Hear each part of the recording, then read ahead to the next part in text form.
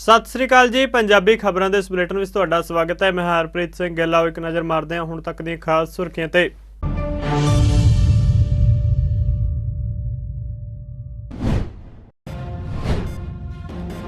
लुधियाना के Giaspura which gas leak होने कारण वापरे हादसे उत्ते प्रधानमंत्री नरेंद्र मोदी ने किया दुख का इजहार। पीड़ितां नूं प्रधानमंत्री राष्ट्रीय राहत फंड विचों मुआवजा देने का किया ऐलान।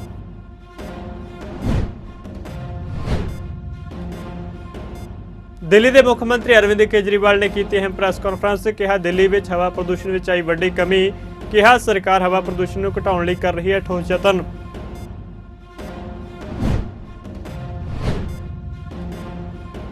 कांग्रेसी आगू नवजोत सिंह सिद्धू ने दिल्ली के जंतर मंतर उत्ते WFI के प्रधान ब्रजभूषण खिलाफ धरना दे रहे पहलवानों नूं दिता समर्थन। कहा दोषी की जल्द होवे गिरफ्तारी।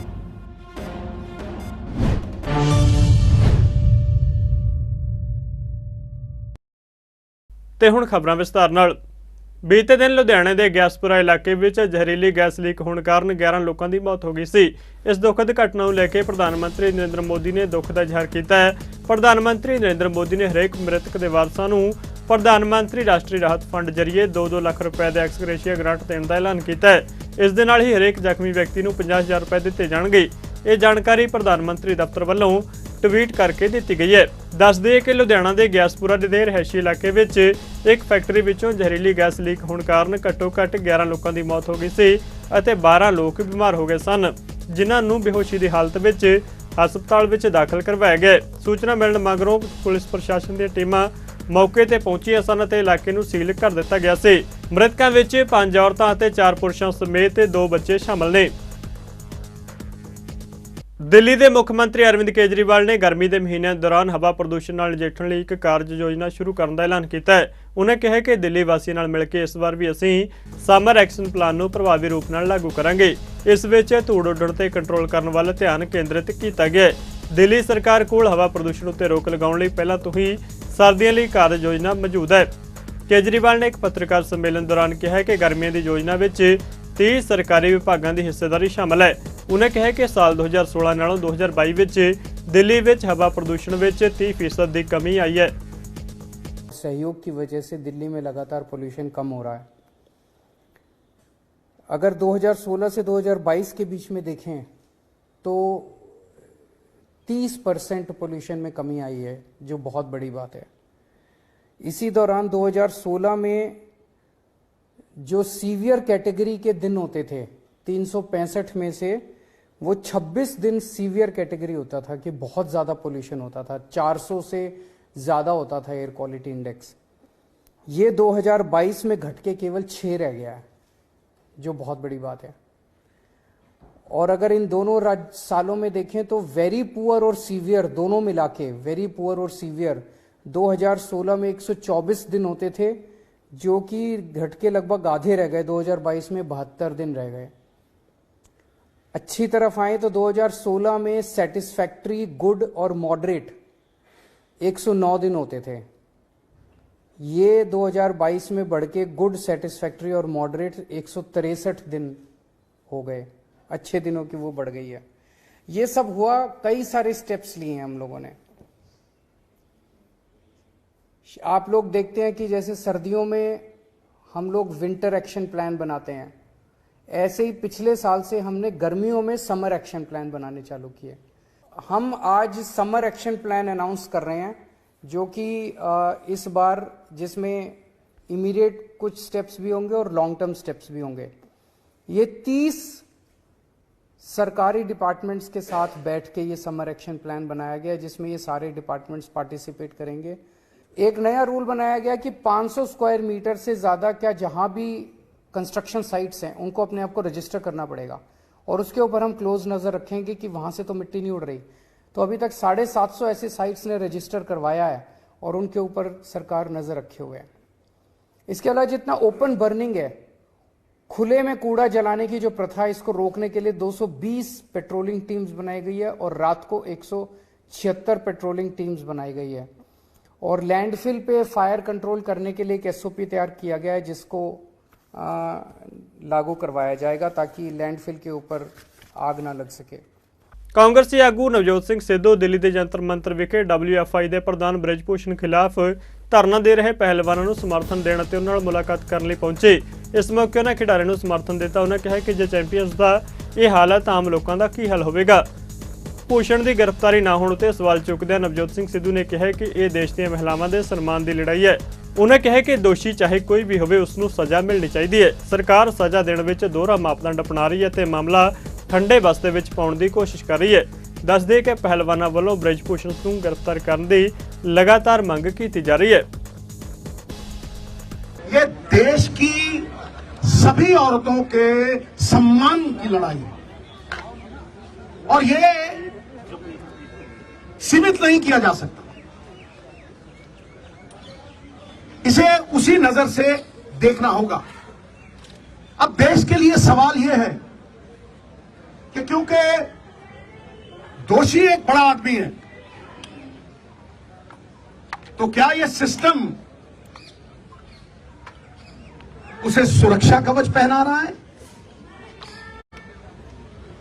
या मंशा सजा देने की है। किसी भी केस की बुनियाद FIR होती है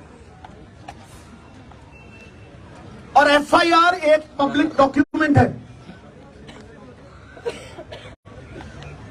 अभी तक वो डॉक्यूमेंट पब्लिक नहीं हुए। मेरा सवाल है 10 दिन क्यों लगे FIR दर्ज कराने में। अहम बात यह है कि women of esteem recognition champions, अगर उनका यह हाल है, अगर उनको 10-10 दिन सड़कों पे भटकना पड़ रहा है तो एक आम नागरिक का क्या हाल होगा, ये सारा देश सवाल कर रहा है। ਸੁਪਰੀਮ ਕੋਰਟ ਨੇ ਤਲਾਕ ਦੇ ਮਾਮਲੇ ਵਿੱਚ ਇੱਕ ਅਹਿਮ ਫੈਸਲਾ ਦਿੰਦਿਆਂ ਕਿਹਾ ਕਿ ਜੇਕਰ ਰਿਸ਼ਤੇ ਵਿੱਚ ਵਿਵਾਦ ਸੁਲਝਣ ਦੀ ਗੁੰਜਾਇਸ਼ ਨਾ ਬਚੀ ਹੋਵੇ ਤਾਂ ਤੁਰੰਤ ਤਲਾਕ ਹੋ ਸਕਦਾ ਹੈ। ਇਸ ਦੇ ਲਈ ਜੋੜੇ ਨੂੰ ਜ਼ਰੂਰੀ ਵੇਟਿੰਗ ਪੀਰੀਅਡ ਦਾ ਇੰਤਜ਼ਾਰ ਕਰਨ ਦੀ ਵੀ ਲੋੜ ਨਹੀਂ। ਦਰਅਸਲ ਮੌਜੂਦਾ ਵਿਆਹ ਕਾਨੂੰਨ ਦੇ ਮੁਤਾਬਿਕ ਪਤੀ ਪਤਨੀ ਦੀ ਸਹਿਮਤੀ ਦੇ ਬਾਵਜੂਦ ਪਹਿਲਾ ਫੈਮਿਲੀ ਕੋਰਟ ਇੱਕ ਸਮੇਂ ਤੱਕ ਦੋਵਾਂ ਪੱਖਾਂ ਨੂੰ ਪੁਨਰ ਵਿਚਾਰ ਕਰਨ ਦਾ ਸਮਾਂ ਦਿੰਦੀ ਹੈ। ਕੋਰਟ ਨੇ ਫੈਸਲਾ ਸੰਵਿਧਾਨ ਦੀ ਧਾਰਾ 142 ਤਹਿਤ ਆਪਣੀਆਂ ਸ਼ਕਤੀਆਂ ਦੀ ਵਰਤੋਂ ਨਾਲ ਸੰਬੰਧਿਤ ਕਈ ਪਟੀਸ਼ਨਾਂ ਉੱਤੇ ਦਿੱਤਾ ਹੈ। ਪੰਜਾਬ ਵਿੱਚ ਭਲਕੇ ਯਾਨੀ ਕਿ 2 ਮਈ ਤੋਂ ਸੂਬੇ ਦੇ ਸਾਰੇ ਸਰਕਾਰੀ ਦਫ਼ਤਰਾਂ ਦੇ ਖੁੱਲ੍ਹਣ ਅਤੇ ਬੰਦ ਹੋਣ ਦਾ ਸਮਾਂ ਬਦਲ ਜਾਵੇਗਾ। ਪੰਜਾਬ ਸਰਕਾਰ ਵੱਲੋਂ ਜਾਰੀ ਕੀਤੇ ਗਏ ਨੋਟੀਫਿਕੇਸ਼ਨ ਦੇ ਮੁਤਾਬਿਕ ਪੰਜਾਬ ਦੇ ਸਾਰੇ ਸਰਕਾਰੀ ਦਫ਼ਤਰਾਂ ਦੇ ਨਾਲ ਪੰਜਾਬ ਦੇ ਸਿਵਲ ਸਕੱਤਰੇਤ, ਮਿਨੀ ਸਕੱਤਰੇਤ, ਪੁਲਿਸ ਹੈੱਡਕੁਆਰਟਰ ਅਤੇ ਚੰਡੀਗੜ੍ਹ ਸਥਿਤ ਹੋਰ ਸਰਕਾਰੀ ਵਿਭਾਗਾਂ, ਬੋਰਡਾਂ ਅਤੇ ਕਾਰਪੋਰੇਸ਼ਨਾਂ ਦੇ ਦਫ਼ਤਰ ਸਵੇਰੇ 7:30 ਵਜੇ ਤੋਂ ਦੁਪਹਿਰ 2 ਵਜੇ ਤੱਕ ਖੁੱਲ੍ਹਣਗੇ। ਪੰਜਾਬ ਦੇ ਮੁੱਖ ਮੰਤਰੀ ਭਗਵੰਤ ਮਾਨ ਨੇ ਟਵੀਟ ਕਰਕੇ ਲਿਖਿਆ ਕਿ ਕੱਲ੍ਹ 2 ਮਈ ਤੋਂ ਪੰਜਾਬ ਦੇ ਸਾਰੇ ਸਰਕਾਰੀ ਦਫ਼ਤਰਾਂ ਦਾ ਸਮਾਂ ਸਵੇਰੇ 7:30 ਵਜੇ ਤੋਂ ਦੁਪਹਿਰ 2 ਵਜੇ ਤੱਕ ਦਾ ਹੋ ਜਾਵੇਗਾ। ਉਹਨਾਂ ਕਿਹਾ ਕਿ ਉਹ ਖੁਦ ਵੀ ਸਵੇਰੇ 7:30 ਵਜੇ ਆਪਣੇ ਦਫ਼ਤਰ ਪਹੁੰਚਣਗੇ।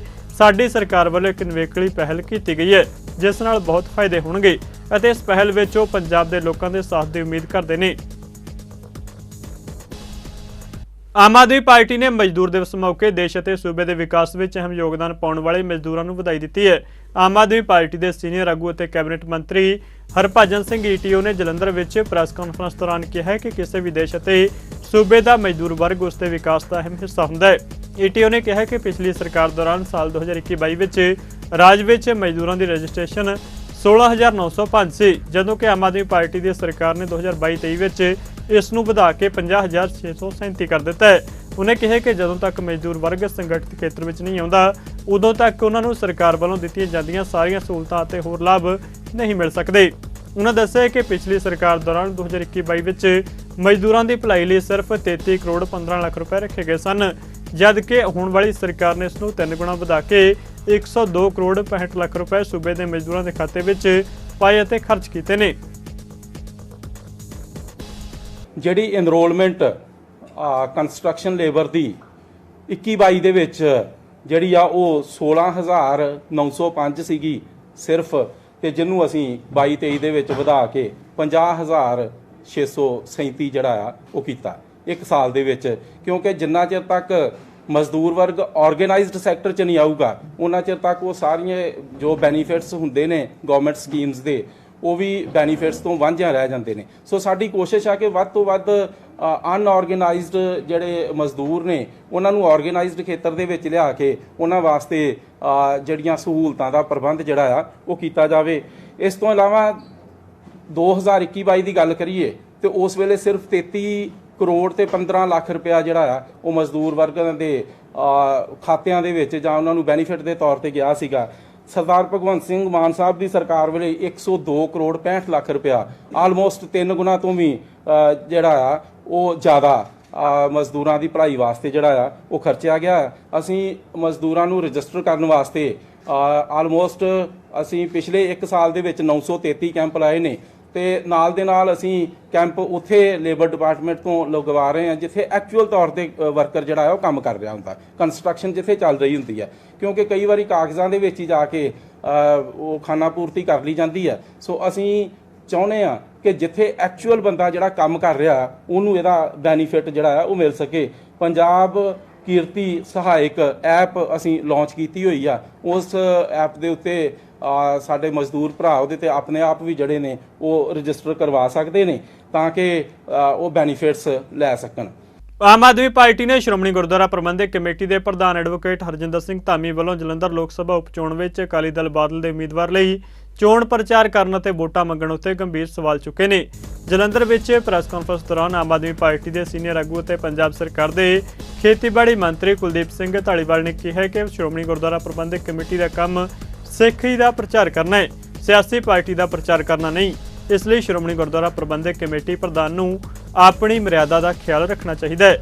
ਉਨ੍ਹਾਂ ਕਿਹਾ ਕਿ ਅਕਾਲੀ ਦਲ ਦੀ ਚੋਣ ਦੀ ਲੀਡਰਸ਼ਿਪ ਜਿਸ ਲਈ ਸ਼੍ਰੋਮਣੀ ਗੁਰਦੁਆਰਾ ਪ੍ਰਬੰਧਕ ਕਮੇਟੀ ਦੇ ਪ੍ਰਧਾਨ ਹਰਜਿੰਦਰ ਸਿੰਘ ਧਾਮੀ ਨੇ ਪ੍ਰਚਾਰ ਕੀਤਾ ਹੈ ਉਸ ਉੱਤੇ ਗੁਰੂ ਗ੍ਰੰਥ ਸਾਹਿਬ ਜੀ ਦੀ ਬੇਅਦਬੀ ਅਤੇ ਸਿੱਖ ਸੰਗਤ ਉੱਤੇ ਗੋਲੀ ਚਲਾਉਣ ਦੇ ਦੋਸ਼ ਲੱਗੇ ਨੇ।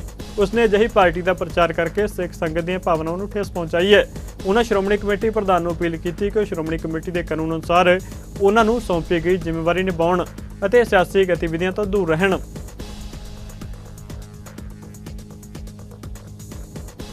ਮੈਨੂੰ ਵੀਡੀਓ ਦਿਖਾਈ ਕਿ ਐਸਜੀਪੀਸੀ ਦੇ ਪ੍ਰਧਾਨ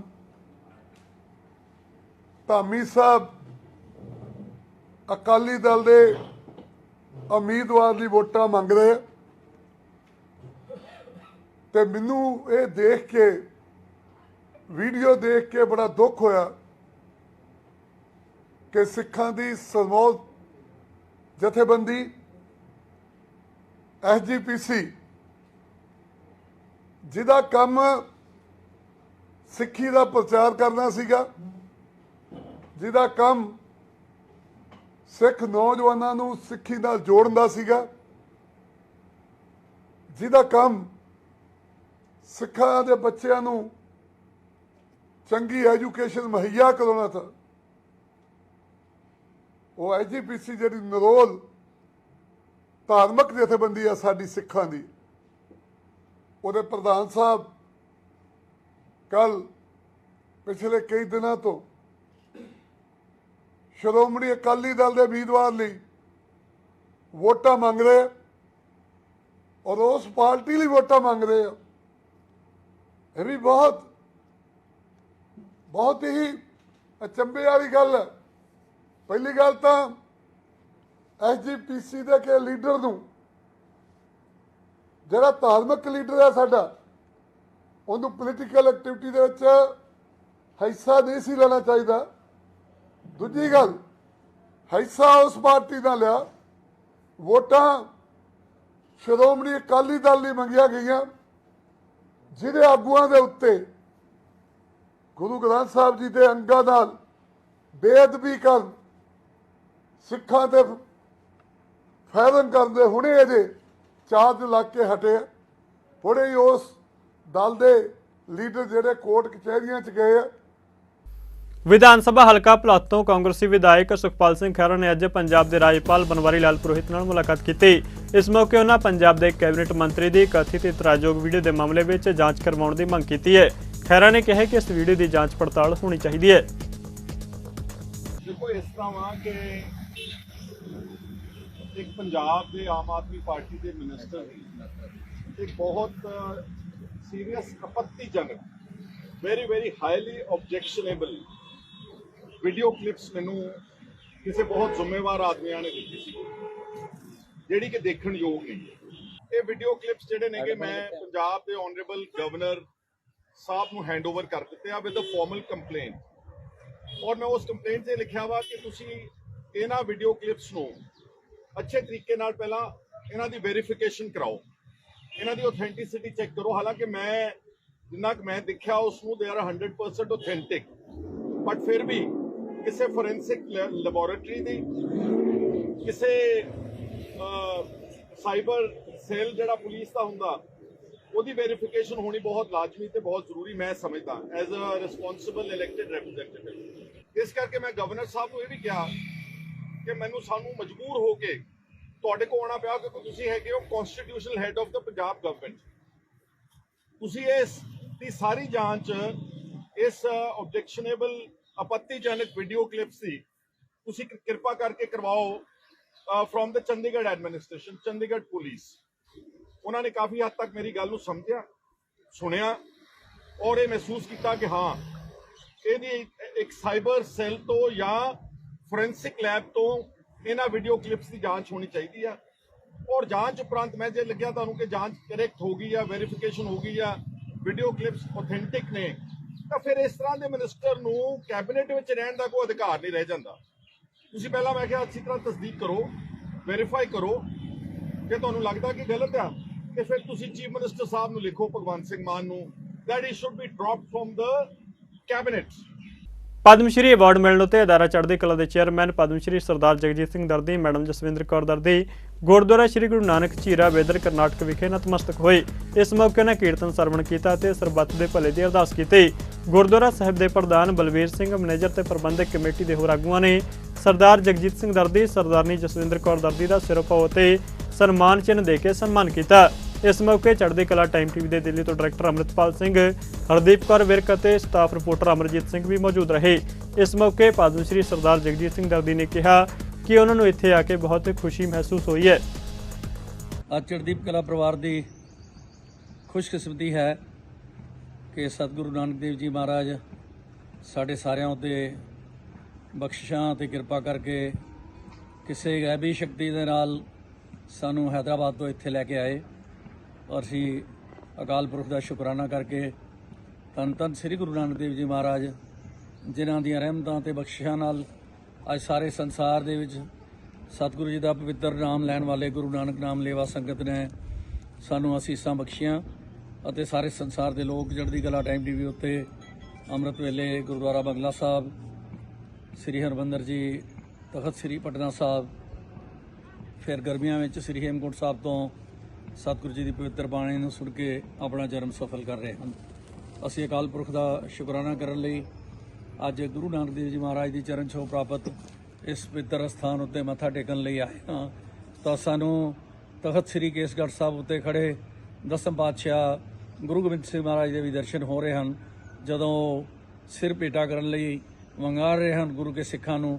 ਤਾਂ ਇਸੇ ਪਵਿੱਤਰ ਧਰਤੀ ਤੋਂ ਸਾਹਿਬਜ਼ਾਨ ਜੀ ਗਏ, ਔਰ ਇੰਨੇ ਹਜ਼ਾਰਾਂ ਮੀਲਾਂ ਦਾ ਸਫ਼ਰ ਕਰਕੇ ਪੈਦਲ ਜਾ ਕੇ ਉਹ ਆਪਣਾ ਸੀਸ ਗੁਰੂ ਸਾਹਿਬ ਦੇ ਚਰਨਾਂ ਵਿੱਚ ਭੇਟ ਕਰਕੇ ਉਹਨਾਂ ਨੇ ਪੰਜ ਪਿਆਰਿਆਂ ਵਿੱਚ ਸ਼ਾਮਲ ਹੋਣ ਦਾ ਮਾਣ ਪ੍ਰਾਪਤ ਕੀਤਾ। दर्जी साहब जी ने गुरुद्वारा साहब नानक जीरा दर्शना वास्ते आए, आज पद्मश्री अवार्ड मिला उनको।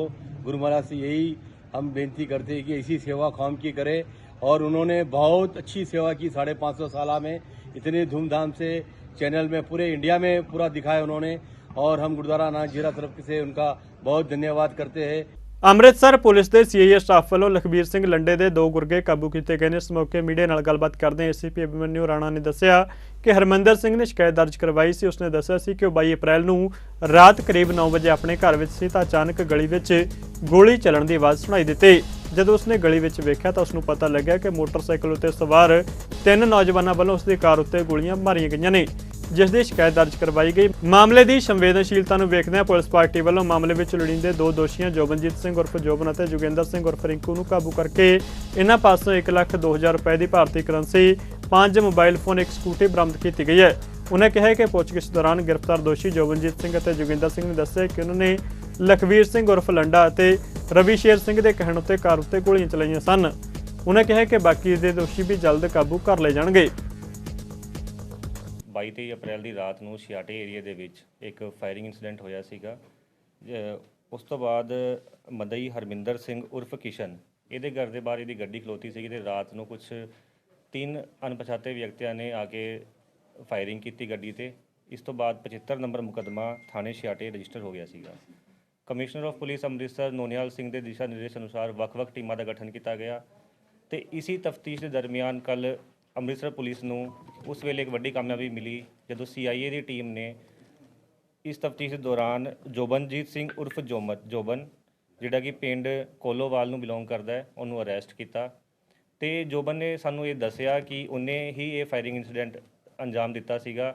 ਉਹਦੇ ਨਾਲ 2 ਅਣਪਛਾਤੇ ਵਿਅਕਤੀ ਹੋਰ ਆਏ ਸੀਗੇ ਤੇ ਉਹਨੇ ਇਹ ਜਿਹੜਾ ਵਾਰਦਾਤ ਕੀਤੀ ਹੈ ਇਹ ਜੋਗਿੰਦਰ ਸਿੰਘ ਉਰਫ ਰਿੰਕੂ ਅਤੇ ਇੱਕ ਰਵੀ ਗਿੱਲ ਨਾਮ ਦਾ ਬੰਦਾ ਹੈ ਜਿਹੜਾ ਕਿ ਇਸ ਵੇਲੇ ਯੂਰਪ ਦੀ ਕਿਸੇ ਕੰਟਰੀ ਦੇ ਵਿੱਚ ਰਹਿ ਰਿਹਾ ਵਾ। ਉਹ ਇਨ ਦੋਨਾਂ ਨੇ ਕਹਿਣ ਤੇ ਇਹ 2 ਅਣਪਛਾਤੇ ਵਿਅਕਤੀਆਂ ਨੂੰ ਲੈ ਕੇ ਇਹਨੇ ਫਾਇਰਿੰਗ ਇਨਸੀਡੈਂਟ ਕੀਤਾ ਹੈ। ਜਿਹੜਾ ਕਿ ਜੋਗਿੰਦਰ ਸਿੰਘ ਉਰਫ ਰਿੰਕੂ ਹੈ, ਇਹ ਜਿਹੜਾ ਮਦਈ ਹੈ ਹਰਮਿੰਦਰ ਸਿੰਘ ਉਰਫ ਕਿਸ਼ਨ, ਇਹਦਾ ਕਜ਼ਨ ਚਾਚਾ ਲੱਗਦਾ ਹੈ ਤੇ ਇਹਨਾਂ ਦੀ ਪੁਰਾਣੀ ਰੰਜਿਸ਼ ਹੋਣ ਕਰਕੇ ਇਹਨਾਂ ਨੇ ਇਹ ਫਾਇਰਿੰਗ ਇਨਸੀਡੈਂਟ ਕਰਵਾਇਆ ਸੀ। ਇਸ ਤੋਂ ਇਲਾਵਾ ਜਿਹੜੇ ਆਪਣੇ 2 ਬੰਦੇ ਹੋਰ ਨਾਮਜ਼ਦ ਕੀਤੇ ਹੈ, ਜਿਹੜਾ ਕਿ ਰਵੀ ਸ਼ੇਰ ਸਿੰਘ ਉਰਫ ਰਵੀ ਗਿੱਲ ਹੈ, ਇਹ ਯੂਰਪ ਦੀ ਕੰਟਰੀ ਦੇ ਵਿੱਚ ਜਿਹੜਾ ਸੱਤਾ ਨਸ਼ਹਿਰਾ ਹੈ ਸਤਨਾਮ ਸਿੰਘ ਉਰਫ ਸੱਤਾ, ਉਹਦੇ ਨਾਲ ਇਹਦੇ ਲਿੰਕ ਐਸਟੈਬਲਿਸ਼ਡ ਹੋਏ ਹੈ ਤੇ ਲਖਬੀਰ ਸਿੰਘ ਉਰਫ ਲੰਡਾ ਜਿਹੜਾ ਲੰਡਾ ਹਰੀਕੇ, ਉਹਦੇ ਨਾਲ ਵੀ ਇਹਦੇ ਲਿੰਕ ਜਿਹੜੇ ਕਿ ਟੈਕਨੀਕਲੀ ਐਸਟੈਬਲਿਸ਼ ਹੋਣੇ ਪਾਏ ਗਏ ਆ। ਤੇ ਹੁਣ ਸਾਨੂੰ ਇਸ ਮੁਕੱਦਮੇ ਦੇ ਵਿੱਚ 2 ਹੋਰ ਅਣਪਛਾਤੇ ਵਿਅਕਤੀਆਂ ਦੀ ਤਲਾਸ਼ ਹੈ ਤੇ ਆਪਾਂ ਉਸ ਤੇ ਵਰਕ ਕਰ ਰਹੇ ਹਾਂ ਤੇ ਜਲਦੀ ਹੀ ਉਹਨਾਂ ਨੂੰ ਵੀ ਕਾਬੂ ਕੀਤਾ ਜਾਵੇਗਾ। ਬਾਲਾ ਪ੍ਰੀਤਮ ਦਵਾਖਾਨਾ ਦਾ ਉਦਘਾਟਨ ਦਿੱਲੀ ਸਿੱਖ ਗੁਰਦੁਆਰਾ ਪ੍ਰਬੰਧਕ ਕਮੇਟੀ ਦੇ ਪ੍ਰਧਾਨ ਹਰਮੀਤ ਸਿੰਘ ਕਾਲਕਾ ਤੇ ਜਨਰਲ ਸਕੱਤਰ ਜਗਦੀਪ ਸਿੰਘ ਕਾਲੋਂ ਵੱਲੋਂ ਨਿਹਾਲ ਵਿਹਾਰ ਨਗਲੋਈ ਵਿਖੇ ਕੀਤਾ ਗਿਆ। ਇਸ ਮੌਕੇ ਕਾਲਕਾ ਤੇ ਕਾਲੋਂ ਨੇ ਕਿਹਾ ਕਿ ਦਿੱਲੀ ਕਮੇਟੀ ਮੈਂਬਰ ਸੁਰਜੀਤ ਸਿੰਘ ਜੀਤੀ ਦੇ ਉਪਰਾਲੇ ਸਦਕਾ ਲੋੜਵੰਦਾਂ ਨੂੰ ਸਸਤੇ ਭਾਅ ਉੱਤੇ ਦਵਾਈਆਂ ਮੁਹੱਈਆ ਕਰਵਾਉਣ ਲਈ ਦਵਾਖਾਨਾ ਖੋਲ੍ਹਿਆ ਗਿਆ। ਉਹਨਾਂ ਦੱਸਿਆ ਕਿ ਦਿੱਲੀ ਸਿੱਖ ਗੁਰਦੁਆਰਾ ਪ੍ਰਬੰਧਕ ਕਮੇਟੀ ਵੱਲੋਂ ਵੱਖ-ਵੱਖ ਖੇਤਰਾਂ ਵਿੱਚ ਬਾਲਾ ਪ੍ਰੀਤਮ ਦਵਾਖਾਨੇ ਖੋਲ੍ਹੇ ਜਾ ਰਹੇ ਨੇ।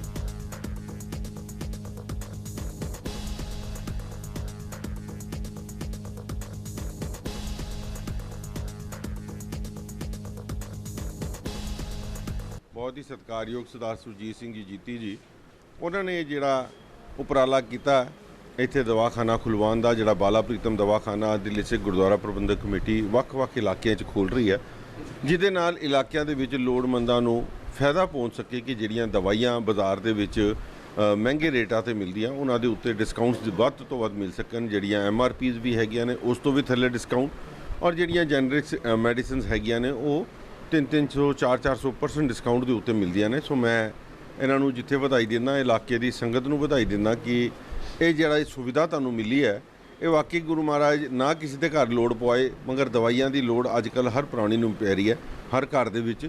ਸੋ ਜੋ ਇੱਥੋਂ ਫਾਇਦਾ ਸਾਰੇ ਇਲਾਕੇ ਦੀ ਸੰਗਤ ਲੈ ਸਕਦੀ, ਔਰ ਇਹ ਖਾਸ ਤੌਰ 'ਤੇ ਜਿਹੜੇ ਬਾਲਾ ਪ੍ਰੀਤਮ ਦਵਾਖਾਨੇ ਖੋਲ੍ਹੇ ਜਾ ਰਹੇ ਨੇ ਦਿੱਲੀ ਦੇ ਵਿੱਚ, ਇਹਦੇ ਵਿੱਚ ਕੋਈ ਇਹ ਨਹੀਂ ਹੈ ਕਿ ਸਿਰਫ ਸਿੱਖਾਂ ਲਈ ਖੋਲ੍ਹੇ ਜਾ ਰਹੇ ਨੇ, ਹਰ ਧਰਮ ਦੇ ਲੋਕ ਇੱਥੋਂ ਆ ਕੇ ਇਹਦਾ ਬੈਨੀਫਿਟ ਚੁੱਕਦੇ ਨੇ।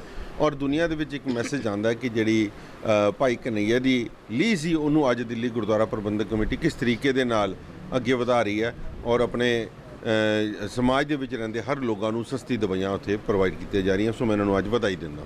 ਗੁਰੂ ਸਾਹਿਬ ਦੇ ਦਰਸਾਏ ਹੋਏ ਮਾਰਗ ਤੇ ਚੱਲਦਿਆਂ ਹੋਇਆਂ ਮਾਨਵਤਾ ਦੀ ਸੇਵਾ ਨੂੰ ਮੁੱਖ ਰੱਖਦੇ ਹੋਏ ਦਿੱਲੀ ਸਿੱਖ ਗੁਰਦੁਆਰਾ ਪ੍ਰਬੰਧਕ ਕਮੇਟੀ ਵੱਲੋਂ ਅੱਜ ਨਿਹਾਲ ਵਿਹਾਰ ਚੰਦਰ ਵਿਹਾਰ ਇਲਾਕੇ ਦੇ ਵਿੱਚ ਇੱਥੋਂ ਦੇ ਸਾਡੇ ਮੈਂਬਰ ਸਰਦਾਰ ਸੁਰਜੀਤ ਸਿੰਘ ਜੀਤੀ ਜੀ ਦੇ ਕੋਸ਼ਿਸ਼ਾਂ ਦੇ ਸਦਕਾ ਅੱਜ ਇਹ 5ਵਾਂ ਬਾਲਾ ਪ੍ਰੀਤਮ ਦਵਾਖਾਨਾ ਜਿਹੜਾ ਖੋਲ੍ਹਿਆ ਗਿਆ।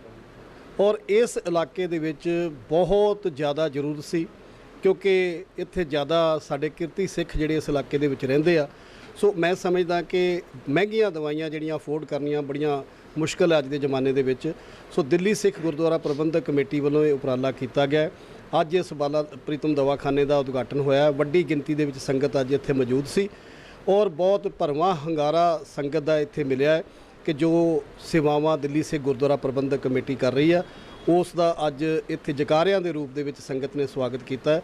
ਔਰ ਆਉਣ ਵਾਲੇ ਸਮੇਂ ਦੇ ਵਿੱਚ ਹੋਰ ਇਸ ਲੜੀ ਨੂੰ ਅੱਗੇ ਵਧਾਉਂਦੇ ਹੋਏ ਦਿੱਲੀ ਦੇ ਹੋਰ ਇਲਾਕਿਆਂ ਦੇ ਵਿੱਚ ਵੀ ਬਾਲਾ ਪ੍ਰੀਤਮ ਦਵਾਖਾਨੇ ਖੋਲ੍ਹੇ ਜਾਣਗੇ, ਜਿੱਥੇ ਮੈਂਬਰ ਸਾਹਿਬ ਨੂੰ ਇਸ ਦੇ ਇਲਾਕੇ ਦੇ ਵਧਾਈ ਦੇਣਾ ਔਰ ਸਮੂਹ ਸੰਗਤ ਨੂੰ ਵਧਾਈ ਦੇਣਾ ਤਾਂ ਕਿ ਉਹ ਵੱਧ ਤੋਂ ਵੱਧ ਇਸ ਦਾ ਲਾਹਾ ਲੈ ਸਕਣ। ਅੱਜ ਬਹੁਤ ਹੀ ਖੁਸ਼ੀ ਦਾ ਦਿਨ ਹੈ ਨਿਹਾਲ ਵਿਹਾਰ ਵਾਸਤੇ ਔਰ ਇੱਥੋਂ ਦੀ ਸਾਰੀ ਸੰਗਤ ਵਾਸਤੇ ਕਿ ਇੱਥੋਂ ਦੇ ਮੁੱਖ ਸੇਵਾਦਾਰ ਇੱਥੋਂ ਦੇ ਮੈਂਬਰ ਸਰਦਾਰ ਸੁਰਜੀਤ ਸਿੰਘ ਜੀਤੀ, ਜਿਨ੍ਹਾਂ ਦੀ ਪਿਛਲੇ ਲਗਭਗ 1 ਸਾਲ ਦੀ ਮਿਹਨਤ ਸੀ, 1 ਸਾਲ ਦੀ ਮਿਹਨਤ ਨਾਲ ਅੱਜ ਇੱਥੇ ਬਾਲਾ ਪ੍ਰੀਤਮ ਦਵਾਖਾਨਾ ਖੋਲ੍ਹਿਆ ਗਿਆ। ਇੱਥੇ ਬੜੀਆਂ ਅੜਚਨਾਂ ਵੀ ਆਈਆਂ, ਪਰ ਸਰਦਾਰ ਸੁਰਜੀਤ ਸਿੰਘ ਜੀਤੀ ਜੀ ਨੇ ਪਿੱਛੇ ਮੁੜ ਕੇ ਨਹੀਂ ਵੇਖਿਆ। ਇਹਨਾਂ ਦਾ ਬਸ ਇੱਕ ਹੀ ਟੀਚਾ ਸੀ ਕਿ ਮੈਂ ਇੱਥੋਂ ਦੀ ਸੰਗਤ ਦੀ ਸੇਵਾ ਕਰਨੀ ਹੈ।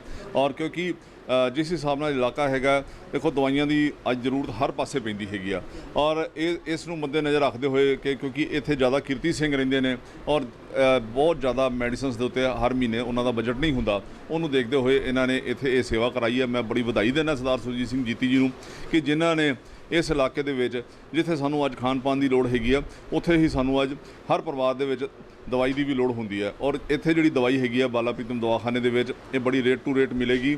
ਔਰ ਜੋ ਸਾਨੂੰ ਡਿਸਟਰੀਬਿਊਟਰਾਂ ਤੋਂ ਪ੍ਰਾਈਸ ਮਿਲਦਾ ਹੈ, ਉਹ ਸੇਮ ਇੱਥੇ 1 ਰੁਪਿਆ ਵੀ ਪ੍ਰੋਫਿਟ ਨਹੀਂ ਰੱਖਿਆ ਜਾਏਗਾ। ਇਹ ਸਾਡਾ ਦਿੱਲੀ ਸਿੱਖ ਗੁਰਦੁਆਰਾ ਮੈਨੇਜਮੈਂਟ ਕਮੇਟੀ ਦਾ ਟੀਚਾ ਹੈਗਾ, ਸਿਰਫ ਔਰ ਸਿਰਫ ਸੰਗਤ ਦੀ ਸੇਵਾ ਹੀ ਕਰਨੀ ਹੈ ਆਪਾਂ। ਤੇ ਇਹ ਬਹੁਤ ਅੱਛੀ ਗੱਲ ਹੈਗੀ ਆ, ਕਿਉਂਕਿ ਜੋ ਲੋਕਾਂ ਦੇ ਹਜ਼ਾਰਾਂ ਰੁਪਏ ਦੇ ਮੈਡੀਕਲ ਦੇ ਬਜਟ ਹੁੰਦੇ ਨੇ, ਉਹ ਬਹੁਤ ਹੀ ਇੱਥੋਂ ਮੈਡੀਸਨਸ ਲੈਣਗੇ ਤੇ ਉਹ ਬਹੁਤ ਹੀ ਘੱਟ ਹੋਣਗੇ। ਮੈਂ ਆਪਣੇ ਵੱਲੋਂ ਇੱਕ ਵਾਰੀ ਫਿਰ ਇੱਥੇ ਦੀ ਸਮੂਹ ਸੰਗਤ ਨੂੰ ਔਰ ਜੀਤੀ ਜੀ ਨੂੰ ਲੱਖ ਵਧਾਈ ਦੇਣਾ। ਸਿੱਖ ਕੌਮ ਦੇ ਮਹਾਨ ਜਰਨੈਲ ਜੱਸਾ ਸਿੰਘ ਰਾਮਗੜੀਆ ਜੀ ਦੀ 3ਜੀ ਜਨਮ ਸ਼ਤਾਬਦੀ ਤੇ ਖਾਲਸਾ ਸਿਰਜਣਾ ਦਿਵਸ ਨੂੰ ਸਮਰਪਿਤ ਗੋਬਿੰਦਪੁਰੀ ਨਵੀਂ ਦਿੱਲੀ ਵਿੱਚ ਸਾਲਾਨਾ ਕੀਰਤਨ ਸਮਾਗਮ ਕਰਵਾਏ ਗਏ, ਜਿਸ ਵਿੱਚ ਪੰਥ ਪ੍ਰਸਿੱਧ ਕੀਰਤਨੀ ਜਥੇ ਨੇ ਸੰਗਤ ਨੂੰ ਹਰਜਸ ਨਾਲ ਨਿਹਾਲ ਕੀਤਾ। ਇਸ ਮੌਕੇ ਦਿੱਲੀ ਸਿੱਖ ਗੁਰਦੁਆਰਾ ਪ੍ਰਬੰਧਕ ਕਮੇਟੀ ਦੇ ਪ੍ਰਧਾਨ ਹਰਮੀਤ ਸਿੰਘ ਕਾਲਕਾ ਨੇ ਵਿਸ਼ੇਸ਼ ਤੌਰ ਤੇ ਸ਼ਮੂਲੀਅਤ ਕੀਤੀ। ਪ੍ਰਬੰਧਕਾਂ ਵੱਲੋਂ ਉਹਨਾਂ ਦਾ ਸਨਮਾਨ ਕੀਤਾ ਗਿਆ। ਹਰਮੀਤ ਸਿੰਘ ਕਾਲਕਾ ਨੇ ਸੰਗਤ ਨਾਲ ਵਿਚਾਰ ਵੀ ਸਾਂਝੇ ਕੀਤੇ। ਸਭ ਤੋਂ ਪਹਿਲਾਂ ਤਾਂ ਸਮੂਚੀ ਸੰਗਤ ਨੂੰ ਔਰ ਸੁਖਮਨੀ ਸਿਮਰਨ ਸੇਵਾ ਸੁਸਾਇਟੀ ਦੇ ਮੇਰੇ ਸਾਰੇ ਵੀਰਾਂ ਨੂੰ ਮੈਂ ਵਧਾਈ ਦਿੰਦਾ ਕਿ ਜਿਹੜਾ ਅੱਜ ਦਾ ਤੁਸੀਂ ਇਹ ਸਮਾਗਮ ਰੱਖਿਆ ਔਰ ਸੰਗਤਾਂ ਨੂੰ ਜਿੱਥੇ ਗੁਰੂ ਜਸ ਦੇ ਨਾਲ ਨਿਹਾਲ ਕਰ ਰਹੇ ਹੋ, ਉੱਥੇ ਆਪਣੇ ਜਰਨੈਲ ਰਾਮਗੜੀਆ ਮਿਸਲ ਦੇ ਮੁਖੀ ਬਾਬਾ ਜੱਸਾ ਸਿੰਘ ਜੀ ਰਾਮਗੜੀਆ ਹੋਣਾ ਦਾ 300 ਸਾਲਾ ਸ਼ਤਾਬਦੀ ਦਿਵਸ ਮਨਾ ਰਹੇ ਹੋ। ਅੱਜ ਇਹ ਪ੍ਰੋਗਰਾਮ ਇੱਕ ਮਿਸਾਲ ਹੈ ਕਿ ਅਸੀਂ ਉਹਨਾਂ ਯੋਧਾਵਾਂ ਨੂੰ, ਉਹਨਾਂ ਵੀਰਾਂ ਨੂੰ ਅਸੀਂ ਯਾਦ ਕਰ ਰਹੇ ਹਾਂ ਜਿਨ੍ਹਾਂ ਨੇ ਸਿੱਖ ਦੇ ਵਿੱਚ ਜਨਮ ਲੈ ਕੇ ਜਿਹੜਾ ਇਤਿਹਾਸ ਕਾਇਮ ਕੀਤਾ, ਉਹਦੀ ਦੁਨੀਆ ਮਿਸਾਲਾਂ ਦਿੰਦੀ ਹੈ। ਅੱਜ ਦਿੱਲੀ ਦੇ ਉੱਪਰ ਰਹਿਣ ਵਾਲੀਆਂ ਸੰਗਤਾਂ ਇਸ ਗੱਲ ਦਾ ਮਾਣ ਕਰਦੀ ਹੈ ਕਿ ਸਾਡੇ ਜਰਨੈਲਾਂ ਨੇ ਇਸ ਦਿੱਲੀ ਨੂੰ ਫਤਿਹ ਕੀਤਾ ਔਰ ਇਸ ਦਿੱਲੀ ਨੂੰ ਫਤਿਹ ਕਰਕੇ ਮਿਸਾਈਲ ਕਾਇਮ ਕੀਤੀ ਉਸ ਜ਼ਬਰ ਜ਼ੁਲਮ ਸਰਕਾਰ ਦੇ ਖਿਲਾਫ, ਔਰ ਮਿਸਾਲ ਬਣਾ ਕੇ ਰੱਖਤੀ ਕਿ ਜਿਸ ਤਖਤ ਤੋਂ ਸਾਹਿਬ ਸ੍ਰੀ ਗੁਰੂ ਤੇਗ ਬਹਾਦਰ ਸਾਹਿਬ ਮਹਾਰਾਜ ਜੀ ਦੀ ਸ਼ਹਾਦਤ ਦੇ ਫਰਮਾਨ ਹੁੰਦੇ ਸੀ, ਜਿੱਥੇ ਸਿੱਖਾਂ ਦਾ ਕਤਲੇਆਮ ਕਰਨ ਦਾ ਫਰਮਾਨ ਹੁੰਦਾ ਸੀ, ਜਿੱਥੋਂ ਰੋਜ਼ ਕਈ ਲੱਖ ਜਣੇਊ ਉਤਾਰਨ ਦਾ ਕੰਮ ਕੀਤਾ ਜਾਂਦਾ ਸੀ, ਜਿੱਥੋਂ ਫਰਮਾਨ ਹੁੰਦੇ ਸੀ, ਉਸ ਤਖਤ ਦੀ ਸਿਲ ਨੂੰ ਪੁੱਟ ਕੇ ਲਾਲ ਕਿਲੇ ਤੋਂ ਘਸੀੜਦੇ ਹੋਏ ਗੁਰੂ ਰਾਮਦਾਸ ਮਹਾਰਾਜ ਦੇ ਚਰਨਾਂ ਦੇ ਵਿੱਚ ਜਾ ਕੇ ਰਾਮਗੜੀਆ ਬੁੰਗਾ ਜਿੱਥੇ ਅੱਜ ਬਣਿਆ ਦਰਬਾਰ ਸਾਹਿਬ ਦੀ ਪਰਿਕਰਮਾ ਦੇ ਵਿੱਚ, ਉੱਥੇ ਜਾ ਕੇ ਸਟਿਆ ਔਰ ਇਹ ਇਤਿਹਾਸ ਬਣਾ ਕੇ ਰੱਖਤਾ ਕਿ ਖਾਲਸਾ ਹਮੇਸ਼ਾ ਚੜ੍ਹਦੀ ਕਲਾ ਦੇ ਵਿੱਚ ਹੈ। ਬੁਢਲਾਡਾ ਵਿੱਚ ਵੱਖ-ਵੱਖ ਭਰਾਤਰੀ ਜਥੇਬੰਦੀਆਂ ਵੱਲੋਂ ਕੌਮਾਂਤਰੀ ਮਜ਼ਦੂਰ ਦਿਹਾੜੇ ਮੌਕੇ ਬੁਢਲਾਡਾ ਦੇ ਰੇਲਵੇ ਪਲੇਟਫਾਰਮ ਉੱਤੇ ਇਕੱਤਰ ਹੋ ਕੇ ਸ਼ਿਕਾਗੋ ਦੇ ਸ਼ਹੀਦਾਂ ਨੂੰ ਸ਼ਰਧਾਂਜਲੀ ਭੇਟ ਕੀਤੀ ਗਈ ਅਤੇ ਮਜ਼ਦੂਰ ਦਿਵਸ ਮਨਾਇਆ ਗਿਆ। ਇਸ ਮੌਕੇ ਉਹਨਾਂ ਮਜ਼ਦੂਰਾਂ ਨੂੰ ਦੇ ਹੱਕਾਂ ਪ੍ਰਤੀ ਜਾਗਰੂਕ ਕੀਤਾ। ਜਾਣਕਾਰੀ ਦਿੰਦੇ ਆਗੂਆਂ ਨੇ ਦੱਸਿਆ ਕਿ 1 ਮਈ 1986 ਨੂੰ ਅਮਰੀਕਾ ਦੇ ਸ਼ਹਿਰ ਸ਼ਿਕਾਗੋ ਵਿੱਚ ਮਜ਼ਦੂਰਾਂ ਵੱਲੋਂ ਆਪਣੇ ਹੱਕਾਂ ਨੂੰ ਲੈ ਕੇ ਵੱਡਾ ਇਕੱਠ ਕੀਤਾ ਗਿਆ ਸੀ, ਜਿਸ ਵਿੱਚ ਸੰਘਰਸ਼ ਦੌਰਾਨ ਕਈ ਮਜ਼ਦੂਰ ਸ਼ਹੀਦ ਹੋ ਗਏ ਸਨ। ਉਹਨੇ ਕਿਹਾ ਕਿ ਅੱਜ ਉਹਨਾਂ ਸ਼ਹੀਦਾਂ ਨੂੰ ਸ਼ਰਧਾਂਜਲੀ ਭੇਟ ਕਰਨ ਲਈ ਇਕੱਠ ਕੀਤਾ ਗਿਆ।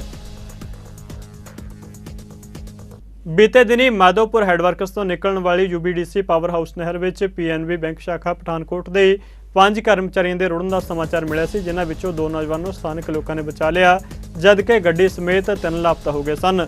ਜਾਣਕਾਰੀ ਮੁਤਾਬਕ ਪਠਾਨਕੋਟ ਦੀ ਮਾਧੋਪੁਰ ਨਹਿਰ ਵਿੱਚ ਇਹ 3 ਵਿਅਕਤੀ ਵਹਿ ਗਏ ਸਨ ਅਤੇ ਹੁਣ ਇਹਨਾਂ ਵਿਅਕਤੀਆਂ ਦੀਆਂ ਲਾਸ਼ਾਂ ਬਰਾਮਦ ਕਰ ਲਈਆਂ ਗਈਆਂ ਨੇ। ਇਹ ਤਿੰਨੋਂ ਮ੍ਰਿਤਕ ਬੈਂਕ ਮੁਲਾਜ਼ਮ ਸਨ। ਦੱਸਦੇ ਕਿ ਪੂਰੀ ਰਾਤ NDRF ਦੀ ਮਦਦ ਨਾਲ ਪੁਲਿਸ ਪ੍ਰਸ਼ਾਸਨ ਵੱਲੋਂ ਉਹਨਾਂ ਦੀ ਭਾਲ ਕੀਤੀ ਜਾ ਰਹੀ ਸੀ ਅਤੇ ਸਖਤ ਮਿਹਨਤ ਤੋਂ ਬਾਅਦ ਇਹਨਾਂ ਤਿੰਨਾਂ ਦੀਆਂ ਲਾਸ਼ਾਂ ਬਰਾਮਦ ਕਰ ਲਈਆਂ ਗਈਆਂ ਨੇ ਅਤੇ ਗੱਡੀ ਨੂੰ ਵੀ ਨਹਿਰ ਵਿੱਚੋਂ ਬਾਹਰ ਕੱਢ ਲਿਆ ਗਿਆ।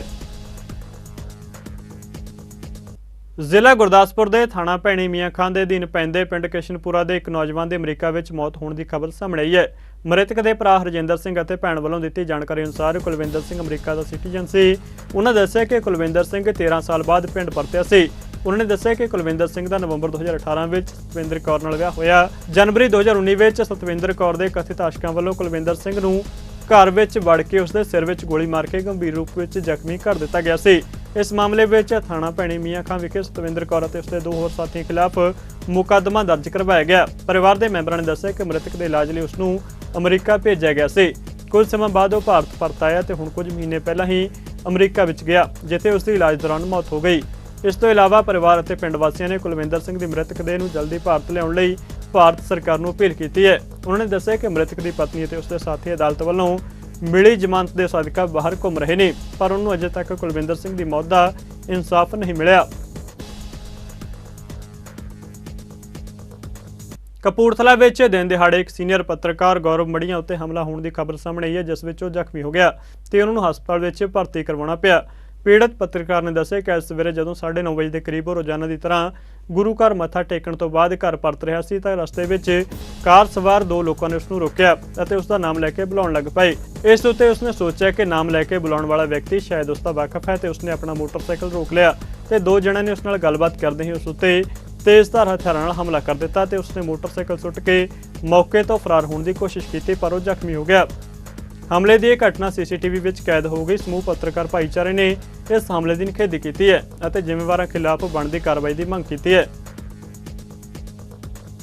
ਅੱਜ ਜੋ ਸਾਡੇ ਸੀਨੀਅਰ ਪੱਤਰਕਾਰ ਗੌਰਵ ਮੜੀਆ ਜੀ ਜਿਨ੍ਹਾਂ ਤੇ ਘਾਤਕ ਹਮਲਾ ਕੀਤਾ ਔਰ ਜਾਨੋਂ ਮਾਰਨ ਦੀ ਕੋਸ਼ਿਸ਼ ਕੀਤੀ ਗਈ, ਸੋ ਅਸੀਂ ਉਸ ਦੀ ਘੋਰ ਨਿੰਦਿਆ ਕਰਦੇ ਹਾਂ journalist press club registered Punjab ਵੱਲੋਂ। ਔਰ ਜਿੱਥੇ ਵੀ ਪੰਜਾਬ ਦੇ ਵਿੱਚ ਪੱਤਰਕਾਰ ਸਾਥੀਆਂ ਤੇ ਜ਼ਬਰ ਜ਼ੁਲਮ ਹੁੰਦੇ ਆ ਉੱਥੇ ਅਸੀਂ ਫੌਰਨ ਪਹੁੰਚਦੇ ਹਾਂ ਤੇ ਮੈਂ ਪੁਲਿਸ ਪ੍ਰਸ਼ਾਸਨ ਤੋਂ, ਮਾਨਯੋਗ ਐਸਐਸਪੀ ਸਾਹਿਬ ਤੋਂ ਔਰ ਮੌਜੂਦਾ ਸਰਕਾਰ ਤੋਂ ਇਹੀ ਅਪੀਲ ਕਰਨੀ ਚਾਹੁੰਦਾ ਵੀ ਜਿਹੜੇ ਵੀ ਗੁੰਡਿਆਂ ਨੇ ਇਹ ਘਾਤਕ ਹਮਲਾ ਕੀਤਾ ਪੱਤਰਕਾਰ ਸਾਥੀ ਤੇ, ਉਹਨਾਂ ਨੂੰ ਤੁਰੰਤ ਉਹਨਾਂ ਤੇ ਕਾਰਵਾਈ ਕਰਕੇ ਉਹਨਾਂ ਨੂੰ ਗ੍ਰਿਫਤਾਰ ਕਰਕੇ ਜੇਲ੍ਹ ਦੇ ਵਿੱਚ ਡੱਕਿਆ ਜਾਵੇ। ਹਾਂਜੀ, ਅੱਜ ਸਵੇਰੇ ਮਿਸਟਰ ਗੌਰਵ ਮੜੀਆ ਜਿਹੜੇ ਕਿ ਇੱਥੇ ਸ਼ਹਿਰ ਦੇ ਆਪਣੇ ਨਿਵਾਸੀ ਹੈਗੇ ਔਰ ਉਹਨਾਂ ਦੇ ਮੈਨੂੰ ਪਤਾ ਲੱਗਾ ਸੀ ਅੱਜ ਹਮਲਾ ਹੋਇਆ। ਉਹ ਸਾਡੇ ਕੋਲ ਐਮਰਜੈਂਸੀ 'ਚ ਆਏ ਹੈ ਔਰ ਉਹਨਾਂ ਦੀਆਂ ਅਸੀਂ ਮੈਡੀਕਲ ਲੀਗਲ ਐਗਜ਼ਾਮੀਨੇਸ਼ਨ ਕਰ ਲਿਆ ਔਰ ਐਕਸਰੇ ਵਾਸਤੇ ਉਹਨਾਂ ਦਾ ਸੱਟਾਂ ਬੈਕ ਤੇ ਹੈਗੀ ਹੈ, ਲੱਤ ਤੇ ਹੈਗੀ ਹੈ। IPL 2023 ਦਾ 43ਵਾਂ ਮੈਚ ਅੱਜ ਰਾਇਲ ਚੈਲੰਜਰਸ ਬੈਂਗਲੁਰੂ ਅਤੇ ਲਖਨਊ ਸੁਪਰ ਜਾਇੰਟਸ ਦਰਮਿਆਨ ਲਖਨਊ ਦੇ ਏਕਾਨਾ ਕ੍ਰਿਕਟ ਮੈਦਾਨ ਉੱਤੇ ਖੇਡਿਆ ਜਾ ਰਿਹਾ ਹੈ। ਬੈਂਗਲੁਰੂ ਨੇ ਟਾਸ ਜਿੱਤ ਕੇ ਪਹਿਲਾਂ ਬੱਲੇਬਾਜ਼ੀ ਕਰਨ ਦਾ ਫੈਸਲਾ ਕੀਤਾ ਹੈ। ਖਬਰਾਂ ਲਿਖੇ ਜਾਣ ਤੱਕ RCB ਨੇ 15 ਓਵਰਾਂ ਵਿੱਚ 4 ਵਿਕਟਾਂ ਗਵਾ ਕੇ 93 ਰਨ ਬਣਾ ਲਏ ਸਨ। ਪੰਜਾਬੀ ਖਬਰਾਂ ਦੇ ਇਸ ਬੁਲੇਟਿਨ 'ਚ ਫਿਲਹਾਲ ਨਹੀਂ ਜਾਂਦੇ ਨਜ਼ਰ ਮਾਰਦੇ ਹਾਂ ਮੌਸਮ ਦੇ ਹਾਲ ਤੇ। ਤੁਸੀਂ ਬਣੇ ਰਹੋ ਚੜ੍ਹਦੀ ਕਲਾ ਟਾਈਮ ਟੀਵੀ ਦੇ ਨਾਲ। ਧੰਨਵਾਦ।